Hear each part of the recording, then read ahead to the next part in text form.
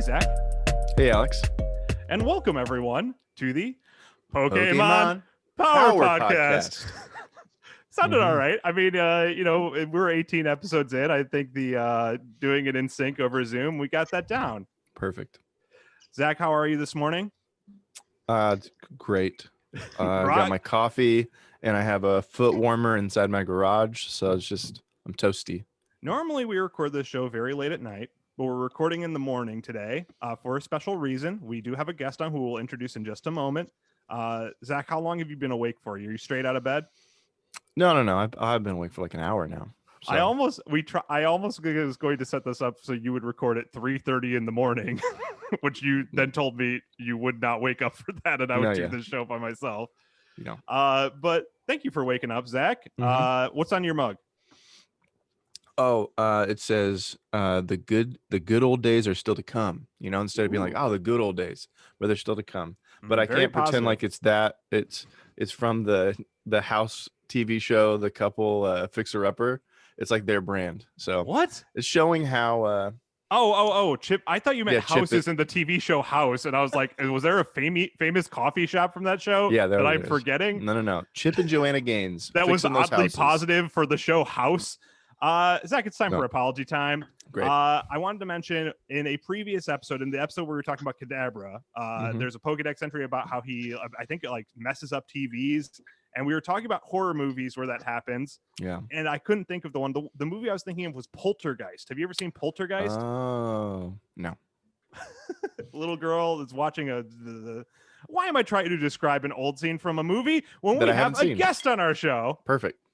I would love to introduce our guest for the day. We have the artist Astrid Laurish, also known as Ansitru, on the show today. Astrid, how are you? I'm doing great. I had 2 cold brews, so I might potentially ramble a little bit. That's fine. So we mentioned that we're recording kind of early. Zach's in California. I'm in Chicago, and you're in Belgium. Yep. So Zach, it's 6:30 in the morning where you are. It's 3:30 in the afternoon where Astrid is, but we're all on the podcast together, and wherever you're listening, whatever you're listening to this, we're with you. I don't know why I said that. I want to say, Astrid, I actually learned about you from our previous guest, Brandon James Greer. He had a video and he mentioned you as an influential pixel artist, but since then Since then, I followed your work, and the more I've discovered that you're not just that, you also do illustrations, beadwork, cross stitch. I saw recently that you're making hats and scarves, and I wanted to pull this up as well. You're also a viral makeup icon recently. But I saw this. If you're listening, Astrid posted a picture of her face for a Pixels Daily, which is a pixel community kind of thing on Twitter, of her makeup being done in a pixel form, and lots of video game-esque people were kind of going wild over it. I saw it all over the place, but I wanted to ask you, you seem very, I don't even want to say more than proficient. You are kind of excelling in all these different mediums for art. And I'm an aspiring artist. I don't want to show you any of my art. Please do not ask. Is that that's your easel behind you over there in your box of children's colored pencils? Hold on. Hey, look. I'm an aspiring artist. I have my artist ways. Yeah. But I'm sure people who are interested in being, more of an artist themselves listen to this. What would be your advice to people like myself who are trying to be more artistic, more creative? Oh man, that's a big one. For one, it completely it's given me an error 404 screen to be referred to as an influential artist.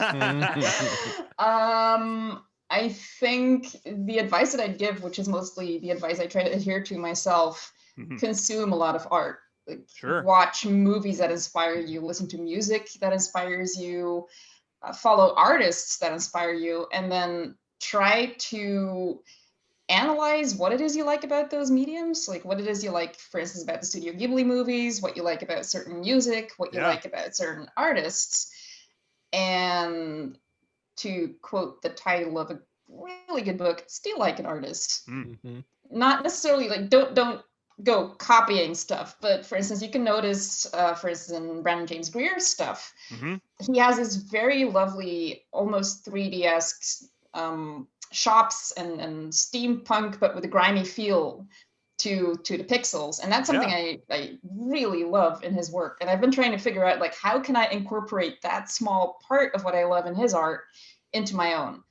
And I think a huge part of getting started with a lot of different types of art, with a lot of different mediums, is just finding someone who works in that medium and then pretty much being too stubborn to stop trying to be able to work in that medium. Just bonk your head against a wall until it clicks.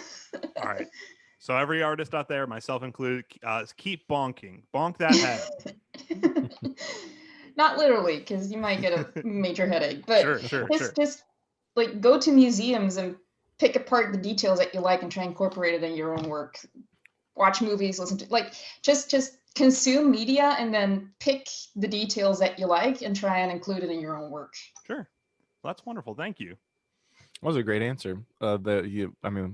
Alex didn't even try to prepare you for, and you just gave a little like college seminar on being an artist. That was great. I did write that question, and I thought to myself, is this too open-ended? Is this like this is like asking like a theologian or a philosopher, like, so what do you believe is the meaning of life? Yeah, what's life all about? Can you just answer that in about 5 minutes, please? Yes, but quick. That's why I always try to speak from my own experience, because it's something you can ask like 20 different artists the same question and you'll get 20 different answers, which is also great because then you have 20 different ways to approach it. Sure. But for me, usually it's I go through cycles where I create a whole lot of art and then the battery's kind of empty and then you got to refuel the battery. And the best way to do that is just watch a lot of different stuff, scroll on Instagram as well, which is a great excuse to be a mindless scrolling zombie on Instagram. But I'm being inspired, for these last 4 hours on Instagram. Basically, or just going down the YouTube rabbit hole. I've discovered so much great music that I wouldn't have stumbled upon. Like there's apparently a genre which is Southern Gothic bluegrass. Sure.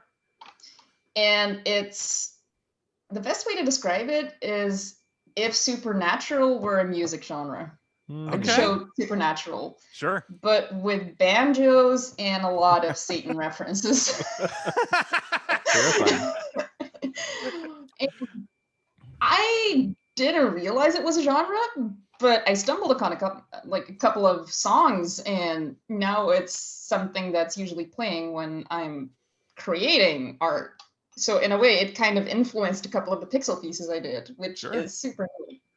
Well, at least so there's your alternative for those who are like me and are only listening to the lo-fi hip-hop beats on YouTube. I mean, there's a lot of stuff out there. Yeah, definitely. Yeah. Great recommendation. Thank you. Well, I have an easier question for you that isn't quite so philosophical. So I'm in California, obviously. It's the crack of dawn here, and but I love traveling, love like learning about other places, and surprising enough, I've never been to Belgium, which I know for those that know me will go, that's crazy, Zach. Why haven't you been there yet? I've actually been to nowhere in actual mainland Europe and places like that. So talk to me as if I don't know anything about Belgium, and describe something that like you love about where you're from, because you said you're originally from like the town that you live in now or from the area. So I mean, you have a lot of years probably to think of what you love, but I'm sure that maybe there's something on the top of your head about what do you love about where you're from?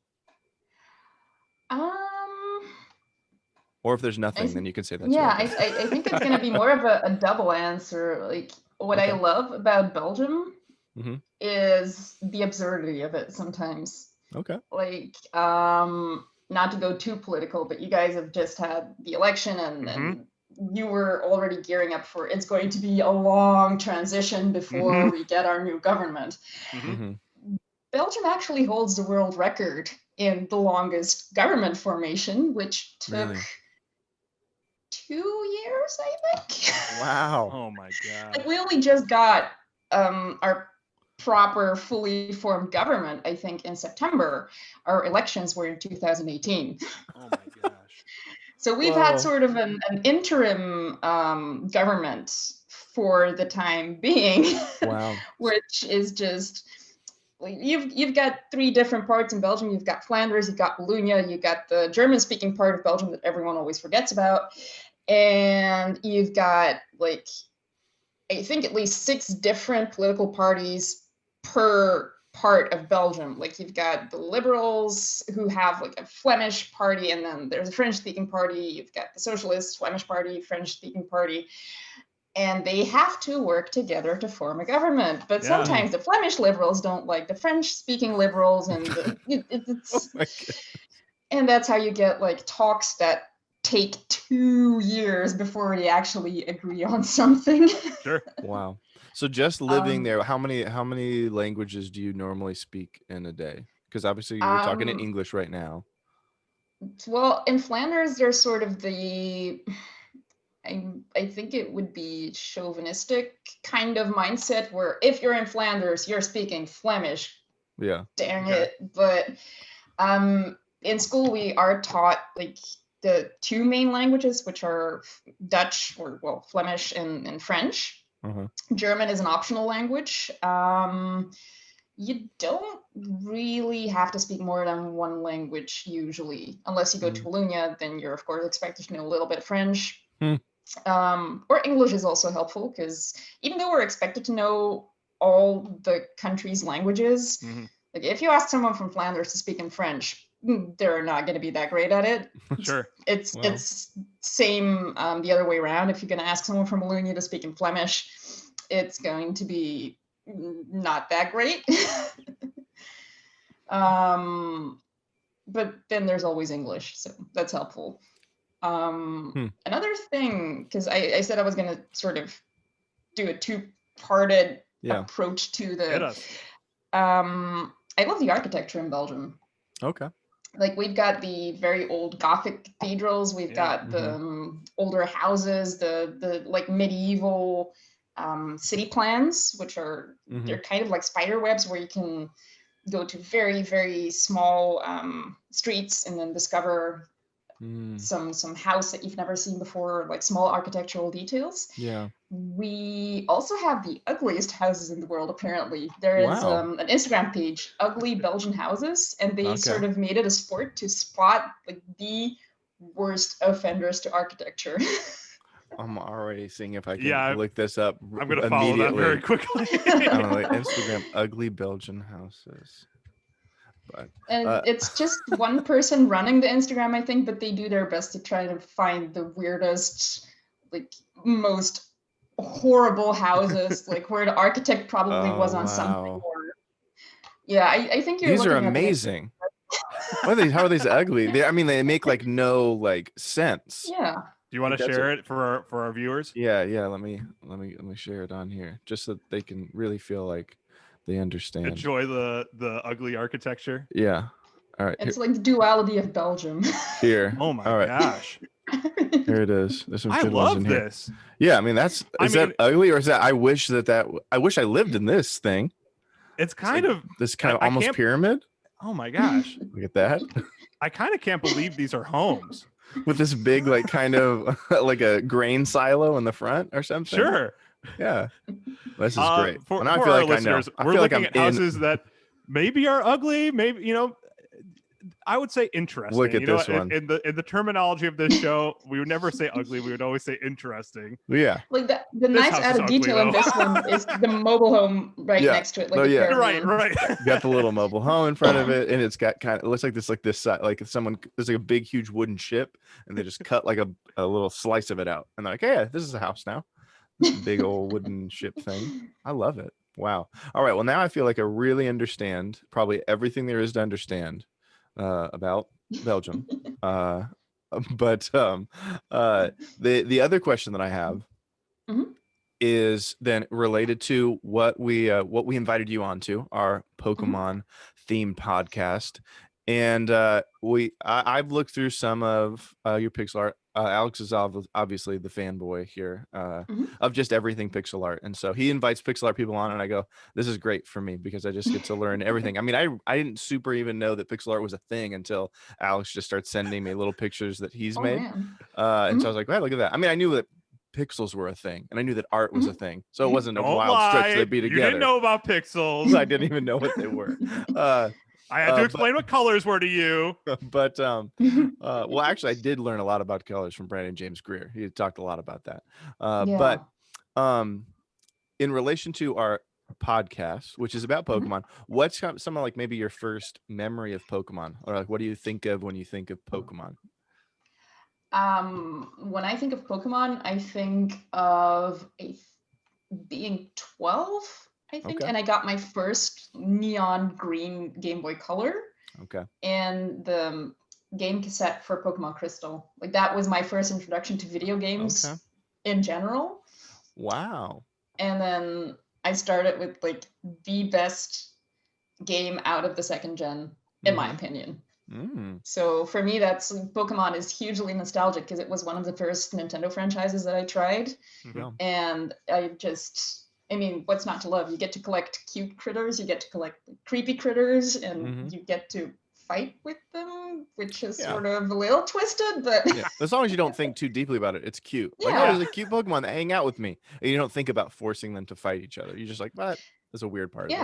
And like the huge thing that I liked about the second gen was you didn't just have the one area where you could explore, but then you defeated the Elite Four. It's like you get to go back to Kanto. Congratulations! And I've been waiting for a reveal like that in the other gens since. Like, okay, you've played through the base game. Here is the entire older region that you're probably nostalgic for. And they never did that again. Like, Astrid, I would have loved. You know how they're gonna do that? You're going to beat a game and they're going to say, now you can unlock the DLC that you can pay for. I feel 100% confident that will happen at some point. See, I wouldn't mind paying for that. Like, me neither, honestly.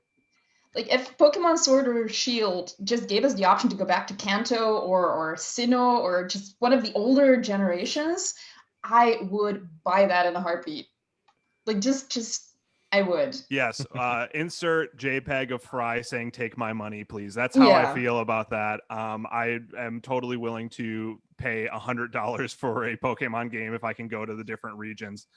Or even just like a sandbox approach like they did with Breath of the Wild. Like a Pokemon game, like Skyrim open-ended or Breath of the Wild open-ended, where it's not just go to the gyms in this very specific order, but where you can explore, like just maybe 2020 has been so bleak that like I'm just holding on to hope, but I do kind of think that's what the next one's going to be. I think the DLC for the most recent Sword and Shield, oh my gosh, the Isle of Armor and the Crown Tundra, thank you. Like they are very open, and I mean they are linear. Like you do go in a path on them. You can kind of explore on your own, but you know there's a certain story. I do think they're going to open them up, and we're going to see more and more of that Breath of the Wild like openness in the next Pokemon entry. Like I'm waiting for that. It's my dream. You know, Nintendo, Game Freak, please market to us, your adult audience, because we have the disposable income. You know, you gotta. They're the ones paying for it. I mean, at this point, the average age of like probably the gamer has probably gone up. I don't know. There's a lot of really little kids that do still play though, and we love them. Pokemon that's just like it's basically no game. They get the one that like you just kind of walk around and you just see the Pokemon. The next Pokemon Snap, that's perfect. They just get to take. Oh pictures. Yeah, I'm very excited about that. I do want to ask one last thing here, Astrid. Before we head into the rest of our show as a kind of an end of our interview. But I gotta ask, do you know Jason Schreier? I don't. Oh my gosh. Jason Schreier is a video game journalist. I think he did actually like that one, your pixel art makeup face. The ongoing joke on this show is that I'm trying to get him to come on and be a guest on the show. We'll see one day. Everyone please tweet that the makeup person that Jason Schreier likes, it was on our show and he should come on too. I will say about that makeup though, like it was getting picked up, and I always try to look at who retweeted or liked the post, because sometimes I discover new artists that way. And then I saw like accounts with 10K, 20K, even more retweeting that picture, and I just sat there like, holy what? I believe I saw Brandon Jones of Game Trailers and Easy Allies fame retweet that, and I was just he's never retweeted me. But no, I was just baffled as heck. Like I did that on a whim because I saw the prompt for Pixel Dailies, and I figured, well, I've got my makeup, I also do pixel art, why not like mush it together and see what it leads to. And I was blown away. Like a couple of the other pieces I did started getting picked up as well, and it's whenever they hit the 1K mark, I'm just sitting there like, how the heck did this happen? I'm sure you were pretty pumped that it was the first thing to go like really big like that was not just like a picture that you drew that you took, you see that one, it's your actual face. So that's what everyone gets to see, and you're like, this is what I wanted. This is exactly my own face. But it was cool because it took a very steady hand to try and get it done. The one thing I wasn't as excited about is that I noticed a sharp influx of like people following me because they saw my face, and then the next time I posted an opinion, I noticed the sharp drop again. It's like, oh, she's not just pretty, she's got opinions. She's not just a pretty face. Well, this is a show about Pokemon, as you can tell from the last 21 minutes. But we'd like to open with one of our favorite segments. Gotta elucidate them all. Astrid, this is a segment where Zach does not have any idea what Pokemon we're talking about today. Zach, do you have any guess what Pokemon we're talking about today? Actually, my son was in here earlier and he was trying to spoil the podcast, and he was trying to say out loud what the Pokemon was. So maybe you heard it. And my guess is Haunter. That's my guess. I'm going to bring it up on the screen. Yeah. Oh my goodness. How did I do that? This is amazing. All right, well, let me describe him. 20 more seconds to describe this Pokemon. Okay, well, I'm already describing it. Okay, well, I mean, ignore what I first said. Just erase that from your mind. What I'm looking at is a purple pointy cloud with some big old teeth and a gaping mouth that's smiling like a big old jack-o'-lantern carved pumpkin, but it's purple, remember? And its claws claw hands are floating in the air. I mean, technically I didn't start. Obviously it's Haunter. How did I guess that? I wasn't even listening at all when anything like earlier. How did I guess that? I think I kind of picked a stereotypical Pokemon as well. Like I dress goth, and then I pick a ghost type. That's all right. So Astrid we've been waiting to talk about Okay. Haunter too. Zach and I have both been on the record that we're Haunter fans. My daughter even drew this picture for our viewer. There's a picture my daughter drew of the cutest little Haunter you ever actually saw. Looked like that. Does he have like purple? He has like like bloodshot eyes, but they're like purple. With purple lines in it. Haunter can't sleep. He's a ghost. Yeah, that's true.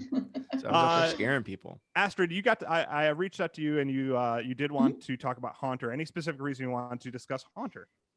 I think it's because it's one of the Pokemon that stuck with me the most when I played that Pokemon Crystal game. Yeah. When I was 12, 13. I don't remember how old I was exactly, but like around that age. And the minute you get to go to Kanto, there's Lavender Town. And just the soundtrack of Lavender Town is already like, it's creepy. It is. But like in the best way possible. And then you get to go to the Pokemon Tower, and it's full of ghost types. Same with, I think, not Sprout Tower, but the burnt tower behind it is also full of the ghost types. And I just loved exploring those places. So those ghost types stuck with me because they are related to those two towers that are just so much fun to go up to the top, and then you discover one of the legendary Pokemon there as well, which is super, super cool. And plus, like, I mean, he's a ghost, got them big old grabby hands. Yeah. And he's kind of adorable in his own way. Yeah. possibly is the ghost of a deceased child somewhere in there. Some kind of That's weird phantom, story. Zach. Okay, Haunter's probably the ghost of a deceased adult. There you go. But yeah, he is oddly cute especially for what he is. He's a ghost poison type, and his Pokédex entries, I'm not going to lie, are horrifying. And we're going to discuss them in a segment that we haven't really done since I think our first episode, Zach. Too Scary for Pokemon, and I kind of remodeled it a little bit. Here we go. What I'm going to do, Astrid, is I'm going to read 5 of the Pokédex entries for Haunter, and we're going to assign them how scary they are. Now, this is a kids show. This isn't a kids show. I guess kids can watch it. We talk about stuff that kids probably aren't. Pokemon is a kid's game, though. It's a kid's game. So if you're a kid and you also like Belgian politics, this is the show for you. Hey, it's educational, okay? Hey, like, this is the cool way to learn. But what we're gonna do is we're gonna assign to this Pokédex entry. You're gonna say whether it's not actually scary, kind of scary, or too scary. And we have different titles. I thought this would be fitting for the kids who may play Pokemon. If it's not actually scary, we can assign that a Wallace and Gromit: The Curse of the Were-Rabbit. If it's kind of scary, you can assign that The Nightmare Before Christmas. But if it's too scary, that's Coraline, okay? Ooh. Freak you out. I'm going to try and remember that. I will consistently remind you of it. Yeah. Three semi-claymation options. That's how we define They're it. all claymation, I think. Is it totally? Yeah. I don't remember. Coraline, I think, has maybe some 3D in it, but this is a Pokemon podcast. Zach, Perfect. this is we could talk about Coraline on our Pokepowpod podcast. Number 1 from Red and Blue, it says, this is on the Pokédex entry on Haunter. It says, because of its ability to slip through block walls, it is said to be from another dimension. It's not that even scary. I think. Yeah, I Wallace agree. and Gromit. Wallace and Gromit. Yeah, that's a Curse of the Were-Rabbit right there. But that's kind of where they start. And they very quickly get darker. This is in gold. I didn't grab the one from Crystal. I wish I did. But the one from gold, it says, in total darkness, where nothing is visible, Haunter lurks, silently stalking its next victim. That kind of reminds me of some creepy Twitch viewers. I'd say that's Nightmare Before Christmas. So what would you give those creepy Twitch viewers? Are they a Nightmare Before? They're a Nightmare Before Christmas too? Yeah. No, those creepy Twitch viewers are more like Coraline. I had to learn very quickly to turn off metadata on my Instagram posts. Gosh. Yeah. The internet is we're going to talk about how scary Haunter is, but the internet is scarier. Zach, what do you think? Yeah, I'm going to say that's a 2. Whatever the 2 was. I already forgot it again. Nightmare Before Christmas. Okay. This is from X. If you get a feeling of being watched in darkness when nobody is around, Haunter is there. That's like one of those, like, don't look in the mirror and like say a bunch of stuff in the dark. Because don't say Candyman. Yeah. No. Like, on the other hand, it could be like Haunter is a very supportive Pokemon. Sure. He's always there for you. If you're alone, don't worry about it. Jesus. He's right behind you. He's with you all the time. He's right behind you, supporting you, loving you, wanting to eat your soul. So I'll look at it optimistically. So it's Wallace and Gromit for me. That's Wallace and Gromit for you. What do you think, Zach? If you're being watched in the dark, is that Wallace and Gromit? It really depends on the intent of the Haunter at that point. Have I already like caught him and forced him to be my friend? If it's my daughter's Haunter, I mean, you're buddies. Yeah, Wallace and Gromit. He's just filling me like, hey, what's up, dude? What video game are we playing tonight? And I'll be like, great, my friend's here. But if he's there to maybe steal my soul or something, I'm gonna put it in the middle. You know, because who either way. Okay. So that's Nightmare Before Christmas for Zach, Wallace and Gromit for Astrid. From Silver. So once again, this is very early. Its tongue is made of gas. If licked, its victim starts shaking constantly until death eventually comes. Yeah, that's scary. That doesn't sound good. I'd give that a Coraline. Yeah, it really makes me think about isn't there like a lick move too? Yeah. Really makes me think more about it when I define what I'm doing, what I'm asking to do to the other Pokemon. Hey, but lick them. And you're like, oh, how bad could that be? And it's like, well, puts them into seizures and they slowly die. Death eventually comes for us all, though. So, yeah. But here's the last one. I did try and ramp it up in terrifyingness. This is from Ultra Moon. This is the last one we're gonna do. It's dangerous to go alone on nights when you're feeling sad. Go outside alone on nights when you're feeling sad. Haunter will catch you, and you won't be able to go back home. Wow. Poor sad people. Really get a rough go of it. Now I'm imagining a Haunter with Pokeballs. Yeah, sure. You sat He there. throws it. Only when you're sad, he'll catch you. Astrid, you need to start up your writing career with the anime team. That's a movie right there. No, I'd say like without the funny mental image, I'd say that's a Coraline because if you're disappearing, that's usually not a good sign. I will say, however, with the mental image I have, it's like an underground Pokemon ring where the Pokemon actually catch humans. It's sort of justice. Yeah. Yeah, that could be like a kind of a little creepy but like fun version of like the second Detective Pikachu is like Haunter runs this people ring. But I mean, it could go real like hostile. And I mean like the movie like like where it's like it's pretty terrifying that all these people are disappearing and they bring like this detective in and say, hey, where are all these sad people going? All the sad people are gone. And it's like, oh well, Haunter trapped them all somewhere. It's no big deal though.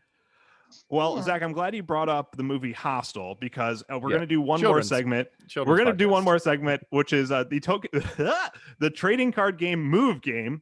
Astrid, I don't know if you're familiar with the trading card game, but there's lots of crazy moves that are basically specific to the trading card game, and they go in very crazy directions. And I read through all of Haunter's moves actually from the trading card game, and they're so horror-based, terrifying sounding. I realized that you couldn't tell if it was the name of a Haunter move or if it was the name of a horror movie. So that's today's episode version of the trading card game Move Game. We're going to go Zach versus Astrid. You're going to try and guess what I'm going to say, if this is a Pokemon move, if this is a Haunter move, or if this is a horror movie. And it could also be both. If you guess both and you're right, you'll get 2 points. If you guess both and you're wrong, you won't get any points. Zach versus Astrid, are you guys ready? Yep. All right. Number one. Oh, and I'm sorry.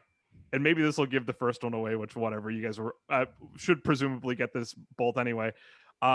We're playing loosely here. You know, if the movie is called, you know, The Happening, and the movie's called The Happening, and there's a move called Happening, which is not the case.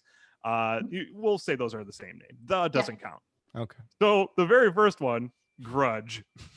Yeah. That's a movie. That's a movie. Is it a Haunter move as well, though? Yeah.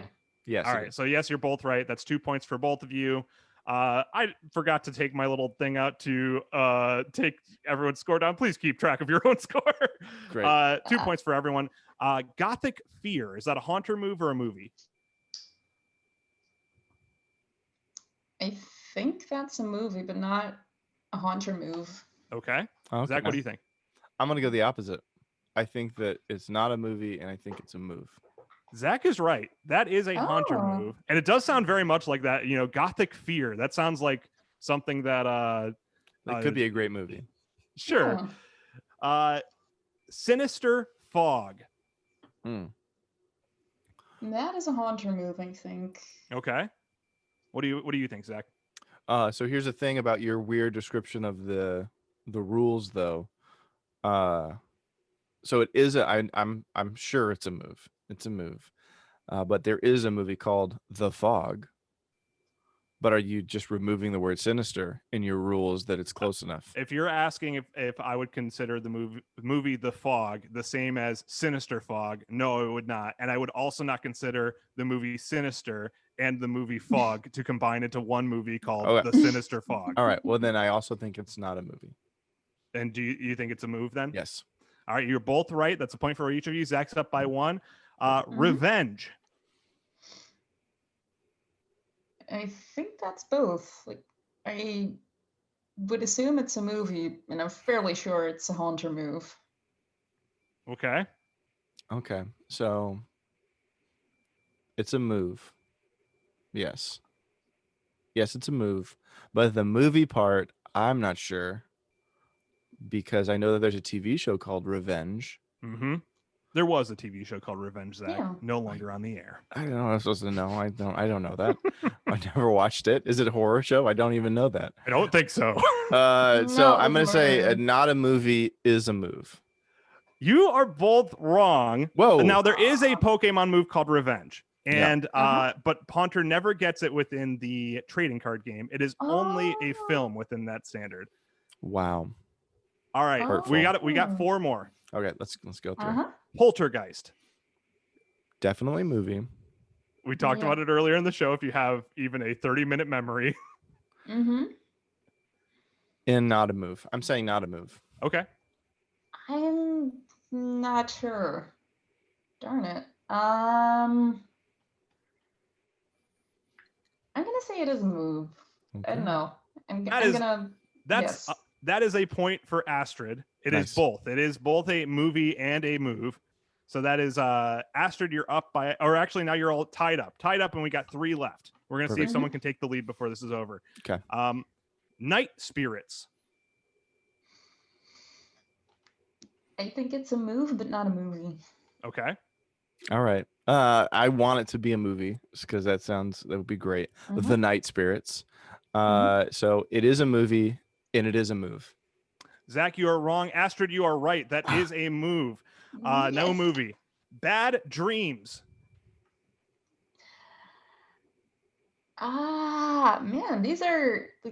I was expecting these to be way easier because I told you that you can't tell. That's they made Haunter as horrifying as possible.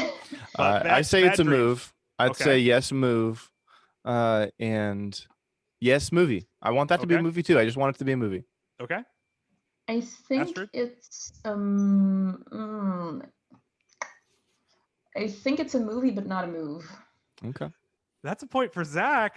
That's all tied up, and we have 1 left. And I should have made this one earlier. Tiebreaker. Killer Clowns from Outer Space. Is that a move, or is that a move? I thought we'd have a clear winner at this point. So not a move. Yeah. Pretty obviously. That's a movie. I don't know why I'm drawing this bit out. That's a tie. That's one of the few times we've ever closed on a tie. Congrats to both of you. Good job, Astrid, because we have said before that if you lose the game, you are kicked off the show immediately. So we're happy that you made it through that. We're almost on to our closing segments, but I did want to give one last bit of trivia. And Zach, you may relate to this, and you tell me if this looks familiar. Okay. Zach, did you have and maybe Astrid, you had this too, the Pokemon manga, The Electric Tale of Pikachu? Does this look familiar to you, Zach? No. Zach, this doesn't look familiar to you. Astrid, does this look familiar to you? Did you ever get I never read the mangas. So I had this actually as a kid, so I relate to this specifically, but I want to read to you about a story that's in this manga called In Haunting My Dreams.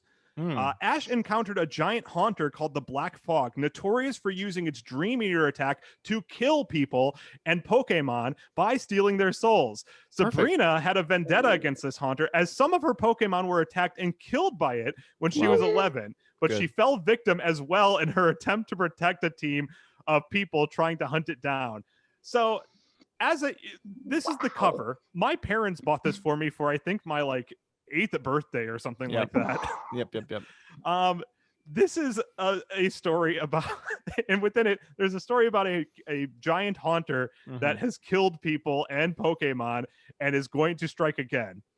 And I wanted to also pull up, sorry to our viewers. Well, I'll have Zach and Astrid describe this. I want to pull up a picture of this giant haunter that's in this book that I read as a child. Once again, this haunter is called the Black Fog. Here it is. Oh gosh. Whoa. So what I'm looking at here is a Godzilla level size giant monster haunter. No amount of him is cute anymore. He's got eyes that look like they are. He has almost like human eyes here that have tiny pupils. It reminds me of oh shoot, what's that one anime, Alex, that with the robots, that doesn't really narrow it down. A robot anime? The one that we've talked about before. Oh shoot, what is it? I mean, it's what? I don't want to blow the whole secret of the show, but it looks like the eyes of the giant creatures that are in that show. Oh, Attack on Titan? No, that's fine. Doesn't matter. Okay, anyway, I don't know. They're creepy eyes. Let's just leave it at that. Okay. Anyway, this horrified me as a child. And if you're a child and you saw us do this, I'm sorry. But now I sort of realize why the best horror movies are usually the Japanese ones. Oh, sure. They do horror very well. I also got to give a shout out to my main man Guillermo del Toro. I do think just horror that comes from a specific oh my gosh, what's the word? It comes from history. So it's not just horrifying because of the thing on screen is scary, but it's horrifying because of the historical ramifications for that. Anyway, Pokemon podcast. We're going to do a segment horror podcast. The Pokeball Decision, Astrid, and to our new listeners. This is a segment where we're going to assign a Pokeball on today's Pokemon Haunter based on how much we want it. That could be a Pokeball if we wanted just a little bit, Great Ball if we wanted a lot, Ultra Ball even more than that. If this is your favorite Pokemon, you can give a Master Ball. You do also have the options of throwing a rock at it or fleeing. I don't think any of us are going to go. I mean, it's useless. I kind of want to throw if it's that giant one. If it's that giant zone. If it's that giant Haunter, I would want to throw a rock, but it would do nothing except make him steal my soul more. So kill you harder. But let's Zach and I will start, and Astrid, you can close this out. Zach, what would you give the Haunter? What kind of Pokeball would you want to use in this? I'm trying to forget that picture you just showed us because I mean that's really affecting my brain thinking about Haunter now. Knowing that he could be that giant. Oh gosh. I mean, but if I erase that, I love Haunter. I love his moveset, and oh man, I think this would be 2 weeks in a row, but I think I'm gonna go Ultra Ball. Zach, I'm totally with you. I'm giving Haunter an Ultra Ball as well. There's just, we've talked about this before when there's like the friendly Pokemon, there's the Pokemon that want to fight, and there's the Pokemon that are kind of in between. Haunter's like as far into like he not only wants to like fight Pokemon, he wants to fight people. Like he's so I think about that, like you want that guy on your side, that's he's paying off the mob. So I'm gonna give him an Ultra Ball as well. Definitely want him on my team, licking my opponents. Astrid, what about you? My opponents. See, like that the way you described it as he fights people as well, he kind of reminds me, and this is going to sound like a very weird comparison, but he reminds me of my very supportive friend group, where if someone hurts one of us, we're all just ready to throw down. So I'd give Haunter an Ultra Ball as well. Like if it was Ms. Mages or Ms. Drevis, it'd be a Master Ball, no doubt. Wow. But I don't know, I think he's a very misunderstood Pokemon. I'd love to have him on my team. When we get around to Mystery of This, we'll have you back on the show, and we can discuss your deep love of Mystery of This. Well, that's great rating across. I mean, that's we're all going Ultra Ball. That's got to be something. I don't know. We'll come up with whatever we're going to call that later. But this is time for our final segment, the Pokemon Power Ranking. It's what we've named our show after. We are in our 18th week, so it's gotten quite unwieldy to name the entire power ranking. I'm going to put it up on the screen for our viewers, but for our listeners, you can find that on our Instagram, Twitter, and Facebook at Pokepowpod. That's where we are everywhere. But this is where our list is right now as far as power ranking. I think we're all kind of on the same page that Haunter is a powerhouse, that he's going to be close to the top. Where are you thinking, Zach? I mean, definitely top 5. For our listener, top 5 is Snorlax at number 1, Golem at number 2, Arbok, who is a murderer, at number 3, Kadabra, screw you, Yuri Geller, and Primeape, who is always outrageously angry. Sorry, Primeape's probably getting kicked out of the top 5 this week, I think. Yeah, no. And I'm trying to decide, and maybe you can chime in on this, Alex, or Astrid, because I feel like she's pretty passionate about Haunter too. I mean, I don't know how a Kadabra will go up against. I feel like Arbok still has that real all about murdering, whereas Haunter, I feel like he has got some multiple sides to himself there. Sure. I still don't think Snorlax is getting taken down. Although he is asleep and his dreams might get stolen and his soul might get stolen. I don't know. I think you're about right. I think it's kind of going to be either in the number 3 or number 4 spot. I think it's a question of whether it's going to take down that Arbok with its murderous intent. Now, Arbok is a murderer of Pokemon. We did read that. It squeezes Pokemon until they stop moving. But Haunter he's ready to kill everyone. Yeah. I think Haunter has potential as soon as he evolves into a Gengar. Like as soon as That's it's a Gengar, that's Game over. I think if we were talking Gengar, I think we've had Snorlax in this top spot since week 3. And so, I mean, he's been reigning supreme for quite some time. If this is a Gengar, I think we'd be talking about possibly taking over. But I'm thinking the 3 spot. What does everyone else think? Is that all right? Yeah. Well, if we're going to what could actually happen to the Haunter, I feel like he can't even be squeezed, can he? Yeah. He's gaseous. I don't think Arbok could take him down. Yeah. And I'm like I said, I'm pretty sure once he evolves into a Gengar, like he'd be bowling with Golem. Oh, totally. Yeah. Once he's Gengar, Golem's out of the equation. Yep. Well, that is the Pokemon Power Ranking. We did it. We are heading into the closing of our show. Astrid, thank you so much for joining us. I would encourage everyone to go follow Ansitru on. Thank you for having me. Thank you so much. On everything, Instagram, Twitter, other places to follow you. I also post on Reddit, but it's basically the same art that I post on Instagram and Twitter as well. Sure. And anything you want to say in closing, Astrid? Thank you for having me on the show and allowing me to gush about one of my favorite Pokemons for at least 20 minutes, and also for allowing me to explain Belgian politics, which I was not expecting to do. I mean, I appreciated it. You know, it gives me perspective, and really maybe a little bit depressed me when you brought up 2 years to transition. I don't know if I can. I mean, no matter where your political preference is, that seems like a nightmare. So yeah, I was going to say the same thing. Do you have empathy for us Americans for what we're going through right now, or is it mostly like we're being whiny since this is taking? Come on, talk to me once you get to a year and a half. I have empathy for you guys because like you only have 2 political. Well, you have more political. No, Yeah, you're right. parties, We basically but, have like, 2. Yeah, no, you only have 2, but then I look at Belgium where we have like more than 10, and that's also not a solution. So it's sort of it's a crapshoot both ways. I agree. Well, we love to get political on this show, regardless of what we say. So, thank you for educating us on that. Zach, anything you want to say in closing? No, I really appreciate it. I especially appreciate the new Instagram follow I have, both of Astrid and Ugly Belgian Houses. Ugly Belgium Houses, come on the show. Yeah, we can't wait. I want to talk Pokemon with you. As always, the Pokemon Power Podcast would like to thank bulbapedia.bulbagarden.net, cerebi.org, and Dr. Lava YT. If you'd like to learn more about Pokemon, those would be great resources for you. If you'd like to ask us a question about next week's Pokemon, submit a game, or just keep up with the podcast, you can find us on most social media platforms at Pokepowpod. And as always, if you were a Pokemon, we would choose you. Have a great week. Bye.